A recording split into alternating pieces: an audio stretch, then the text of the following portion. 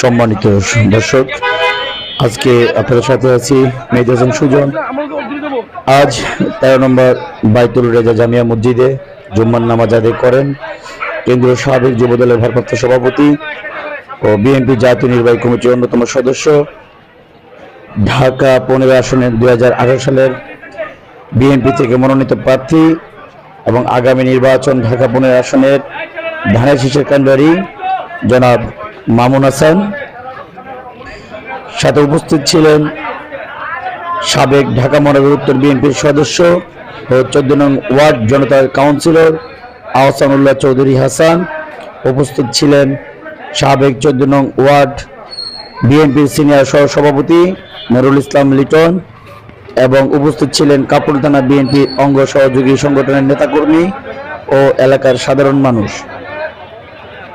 জুম্মার নামাজ শেষে মামুন হাসান এলাকার সাধারণ মানুষের সাথে সৌজন্যে সাক্ষাৎ করেন ও বিএনপির ভারপ্রাপ্ত চেয়ারম্যান জনাব তারেক রহমান ঘোষিত রাষ্ট্র মেরামতের 31 দফার কার্যক্রমে যে লিফলেট, সেই লিফলেট বিতরণ করেন এবং ধানের শীষের পক্ষে সকলের কাছে দোয়া চান এবং আগামী নির্বাচনে সকলকেই যাতে ধানের শীষে ঐক্যবদ্ধ হয়ে থাকার জন্য আহ্বান করেন।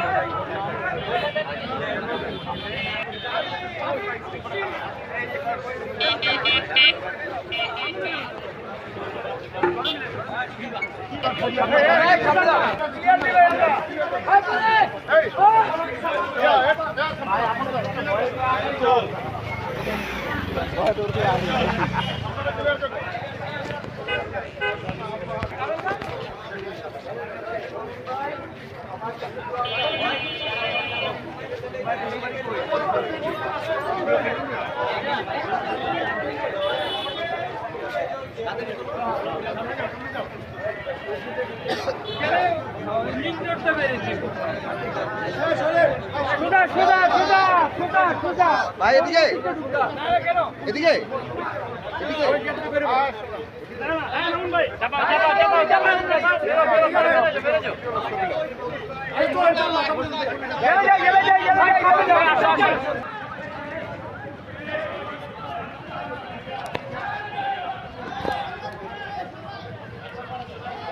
এবার ঠিক আছে।